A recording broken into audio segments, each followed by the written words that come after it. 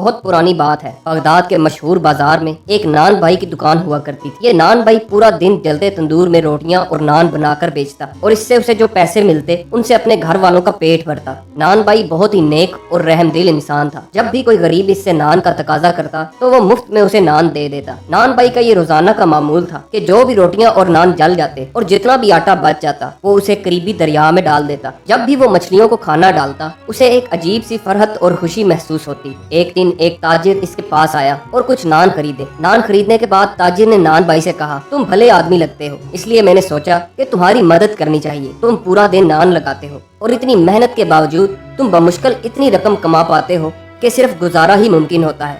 مجھے ایک بھلے آدمی کی تلاش ہے جسے میں کام پر رکھنا چاہتا ہوں۔ جس شخص کو بھی میں کام پہ رکھوں گا اسے 40 دن تک کوئی کام نہیں کرنا پڑے گا، مگر 40 دن کے بعد اسے میرا صرف 2 گھنٹے کا کام کرنا ہوگا۔ میں یہ کام تمہیں سونپنا چاہتا ہوں، بتاؤ کیا تم اس پر راضی ہو؟ اگر تم راضی ہو جاؤ تو میں تمہیں ہر مہینے 50 سونے کے سکے دیا کروں گا۔ نان بائی کو تاجر کی پیشکش بہت معقول لگی، کیونکہ نان بائی کی حیثیت سے وہ پورے مہینے میں صرف 5 سونے کے سکے ہی کماتا تھا۔ چنانچہ اس نے تاجر کی تمام شرائط مان لی اور اس کے ساتھ کام کرنے لگا۔ پہلے 40 دن تاجر نے نان بائی سے کوئی بھی کام نہ لیا۔ 41ویں دن کی رات کو تاجر بولا، دوست چلو آج ہمیں کام سر انجام دینا ہے، تم تیار ہو نا؟ نان بائی بولا، جی میں تیار ہوں، مگر کرنا کیا ہے؟ تاجر بولا، استبل میں میرا ایک گھوڑا بندھا ہے اور اس کے قریب ایک بوری پڑی ہے، وہ بوری گھوڑے پر لا دو اور میرے پاس لے آؤ۔ نان بائی فوراً استبل میں گیا اور دیکھا کہ وہاں ایک گھوڑا بندھا ہے اور اس کے قریب ایک بھاری بھرکم بوری پڑی ہوئی ہے۔ نان بائی کو تجسس ہوا کہ آخر کام کیا ہو سکتا ہے۔ سوچتے سوچتے بوری اس نے گھوڑے پر رکھی اور سیدھا تاجر کے پاس پہنچا۔ تاجر بولا، بہت خوب میرے دوست، اب ہمیں دریا کے قریب پہاڑ کی ایک چوٹی کے پاس جانا ہے۔ نان بائی بولا، جیسا آپ کا حکم۔ چنانچہ وہ دونوں گھر سے چل پڑے۔ جب وہ دریا کے قریب اس پہاڑ کی چوٹی کے پاس پہنچے تو تاجر بولا، یہاں رکو اور اس بوری کو گھوڑے سے نیچے اتارو۔ نان بائی نے ویسا ہی کیا۔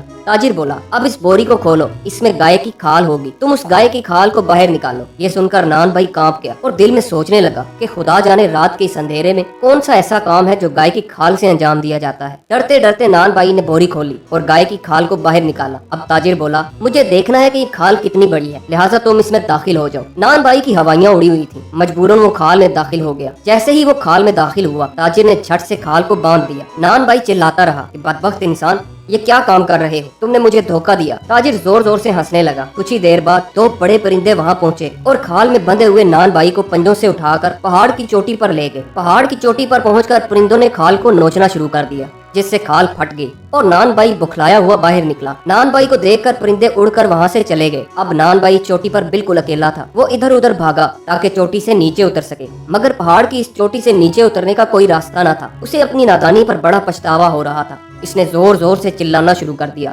اچانک اسے نیچے سے آواز آئی، چلاؤ مت، اگر تم نیچے اترنا چاہتے ہو تو راستہ میں تمہیں بتاؤں گا، مگر تمہیں اپنا کام پورا کرنا ہوگا۔ یہ آواز اس تاجر کی تھی جس کی وجہ سے نان بائی اس حال کو پہنچا تھا۔ نان بائی بولا، میں تمہارا کام ضرور کروں گا، مگر خدا کے لیے مجھے یہاں سے نکلنے کا راستہ بتا دو۔ تاجر بولا، پہلے تمہیں میرا کام کرنا پڑے گا، اسی صورت میں تم یہاں سے نکل سکو گے، ورنہ وہیں بھوکے پیاسے مرو گے۔ نان بائی بولا، مجھے بتاؤ کیا کرنا ہے۔ تاجر بولا، اپنے دائیں طرف دیکھو، وہاں ایک غار ہے، اس میں جاؤ اور اس غار کے اندر منوں کے حساب سے ہیرے اور جواہرات پڑے ہوئے ہیں، تم وہ ہیرے اور جواہرات نیچے میری طرف پھینکو۔ جب میری یہ بوری ان ہیروں اور جواہروں سے بھر جائے گی تو میں تمہیں بہت سا انعام بھی دوں گا اور راستہ بھی بتا دوں گا۔ یہ سن کر نان بائی اسی طرف بھاگا جہاں وہ غار تھا۔ نان بائی غار میں داخل ہوا تو یہ دیکھ کر دنگ رہ گیا، وہاں واقعی بہت سارا خزانہ پڑا ہوا تھا، مگر دوسرے ہی لمحے اس کے چہرے کی رنگت پیلی پڑ گئی۔ دوسری طرف انسانی ہڈیاں پڑی ہوئی تھی۔ اتنے میں نیچے سے تاجر کی آواز آئی، جلدی کرو، خزانہ نیچے پھینکو۔ نان بائی مرتا کیا نہ کرتا، مجبوراً خزانہ نیچے پھینکنے لگا۔ تاجر نے جلدی سے اپنا تھیلا خزانے سے بھر لیا۔ نان بائی بولا، بھائی تم نے جو کہا میں نے کر دیا،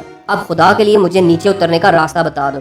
تاجر مکارانہ سی ہنسی ہنسا اور بولا، تم نہایت بیوقوف اور احمق انسان ہو، اتنی زیادہ انسانی ہڈیاں دیکھ کر بھی تمہیں سمجھ نہیں آئی کہ اس پہاڑ کی چوٹی سے نیچے اترنے کا کوئی راستہ موجود نہیں، تمہارا بھی وہی حال ہوگا جو ان لوگوں کا ہوا ہے۔ یہ کہہ کر تاجر وہاں سے چل پڑا۔ نان بائی کو اپنی بیوقوفی پر بہت غصہ آ رہا تھا۔ اسے اس وقت صرف اپنی جان بچانے کی پڑی ہوئی تھی، اتنی زیادہ دولت اس کے سامنے تھی، مگر ان ہیروں کی چمک بالکل بے معنی لگ رہی تھی۔ اسے اپنے بیوی بچوں کی یاد ستانے لگی، اس کی آنکھوں سے آنسو جاری ہو گئے اور وہ زاروں کی طرح رونے لگا، خدا سے گڑ گڑا کر دعا مانگنے لگا کہ وہ گھر والوں سے صحیح سلامت مل سکے۔ اس نے سوچا، اگر میں یہاں پڑا پڑا مر گیا تو ضرور میرا گوشت گدوں کی خوراک بنے گا، دوسری طرف اگر میں دریا میں چھلانگ لگا دوں تو مچھلیوں کی خوراک بن جاؤں گا۔ کافی سوچ بچار کرنے کے بعد اس نے فیصلہ کیا کہ بہتر ہے کہ میں دریا میں کود جاؤں، اگر زندہ بچ گیا